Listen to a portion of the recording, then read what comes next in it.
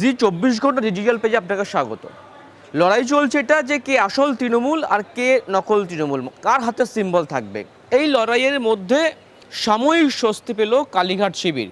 কালীঘাট শিবির তারা কলকাতা হাইকোর্টে মামলা করেছিলেন যে তাদের 3টি ব্যাংক অ্যাকাউন্ট ফ্রিজ করে দেওয়া হয়েছিল এবং তারা দৈনন্দিন যে খরচ চা চালাতে পারছেন না তা রিওপেন করার জন্য আজকে কলকাতা হাইকোর্ট নির্দেশ দিয়েছে যে অবসরপ্রাপ্ত বিচারপতি সুব্রত তালুকদারকে এখানে স্পেশাল অফিসার হিসেবে অ্যাপয়েন্ট করা হয়েছে, যা নজরদারিতে চলবে কিন্তু এই দৈনন্দিন খরচের টাকার লেনদেন। অর্থাৎ শুধুমাত্র হচ্ছে যে পার্টি তার দৈনন্দিন যে খরচগুলো রয়েছে, বেতন দেওয়া, জলের বিল, ইলেকট্রিক বিল এবং আইনি লড়াই চালানোর জন্য যে সমস্ত খরচ, সেই খরচে টাকা তুলতে পারবে। যে অ্যাকাউন্ট আছে সেই অ্যাকাউন্টের অনুমতিপ্রাপ্ত 2 ব্যক্তি স্বাক্ষর করে চেক জমা দিতে হবে অফিসারের কাছে। অফিসার তিনি দেখবেন, তিনিও স্বাক্ষর করবেন, তারপর কিন্তু ব্যাংকে গিয়ে সেই টাকা রিলিজ হবে, এটা শর্ত।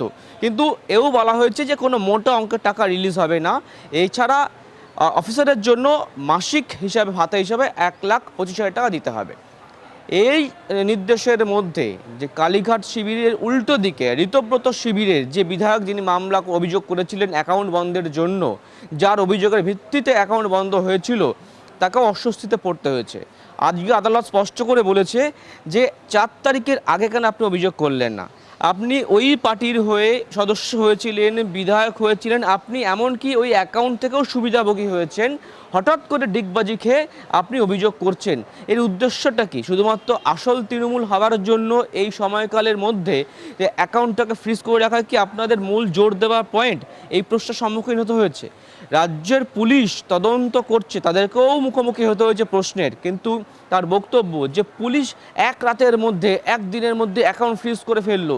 সাধারণ মানুষের ক্ষেত্রে তো সচল থাকে না পুলিশ।